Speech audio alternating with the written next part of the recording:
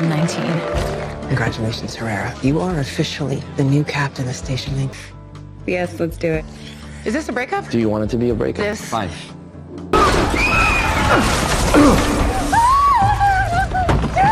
Hello, welcome to Moviemusters, Episode 1 of Season 7 of Station 19.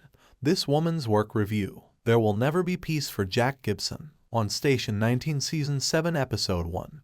They wasted no time getting right into the thick of things. If the debut accomplished anything, it was to serve as a reminder of just how unique this series is and how sad it is that we're losing it. It's clear that they will take us on an emotional roller coaster for this final season, even if many viewers are still fighting to save the show. Adopting Little Liam, Episode 1 of Season 7 of Station 19. With Dixon's passing dragging Emmett back into our lives, Jack's life and career in jeopardy. The hour was tough, with Andy unable to deal with her first day as chief taking place as her best friend was battling for his life. In light of everything, Theo's success in his FCK boy phase following his canoodling with the erratic Kate in the coat room during Station 19 Season 6 Episode 18 seems insignificant. Keeping Captain Tall, Episode 16 of Season 6 of Station 19. And how little Victoria Hughes cared about Theo's trivial behind was one of the hour's best scenes. It was better than her being wounded or furious, and it was the most satisfactory approach to resolve that plot point. She was indifferent. I'm very proud of him because he has worn her out to the point where she is checking out on him.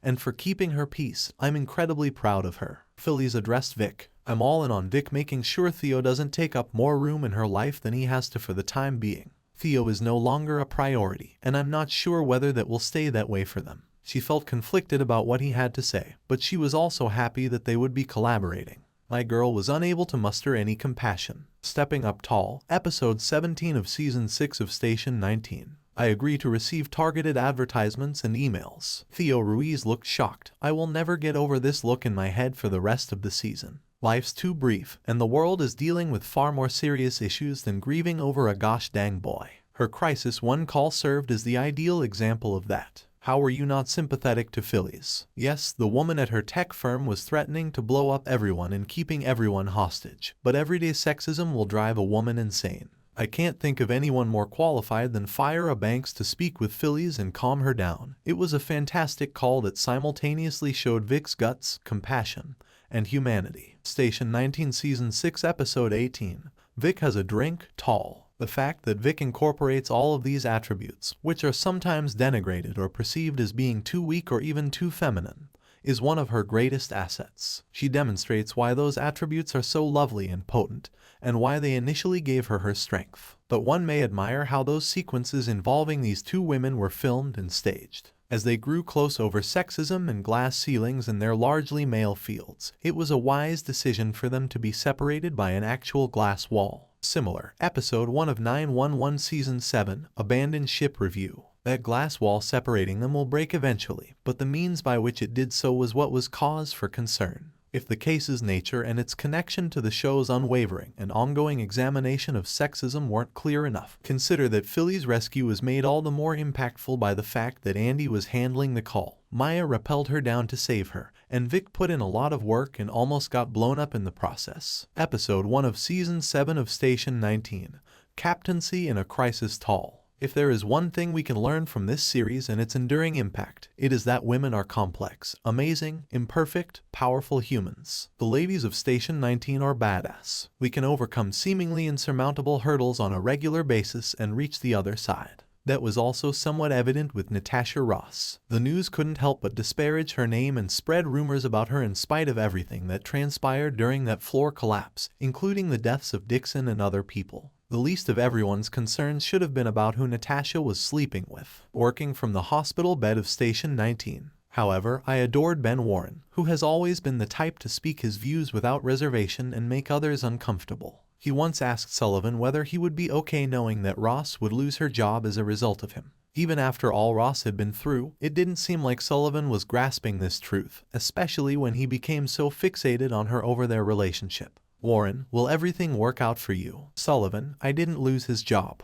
Warren, will it bother you knowing you're the one causing her to lose hers? Permalink, really, would it bother you that you're the cause of her losing hers? However, Ross is able to maintain her status while engaging in political maneuvering since the mayor is more than happy to question the regulation itself rather than accuse Ross of infringing it. And he is correct that if we have two consenting adults in a relationship like this, the regulation is ridiculous. Bias has been the only motivation behind the attacks on Ross. Scandals all. First episode of Station 19 Season 7. They wouldn't pursue a man with such vigor, in particular a white man. But given Sullivan's insistence on the two of them being married, it appears that perhaps Natasha will find that all of this is worthwhile. She is correct when she says that Sullivan brings up marriage only after they are really close and have been through a difficult time together. He ought to formally pop the question to her on a Tuesday if he's really about this. Their conversation was endearing enough, so perhaps Station 19 will marry again. Station 19 Love You, Love Me, Season 6 Episode 18. Like Vic, Andy Herrera had far too much on his plate to worry about unimportant things like that. Even though Theo is probably going to be a little upset with her for winning the leadership, the knowledge that Maya had moved on from it was a comfort. Maya, you need to be tough in addition to being strong.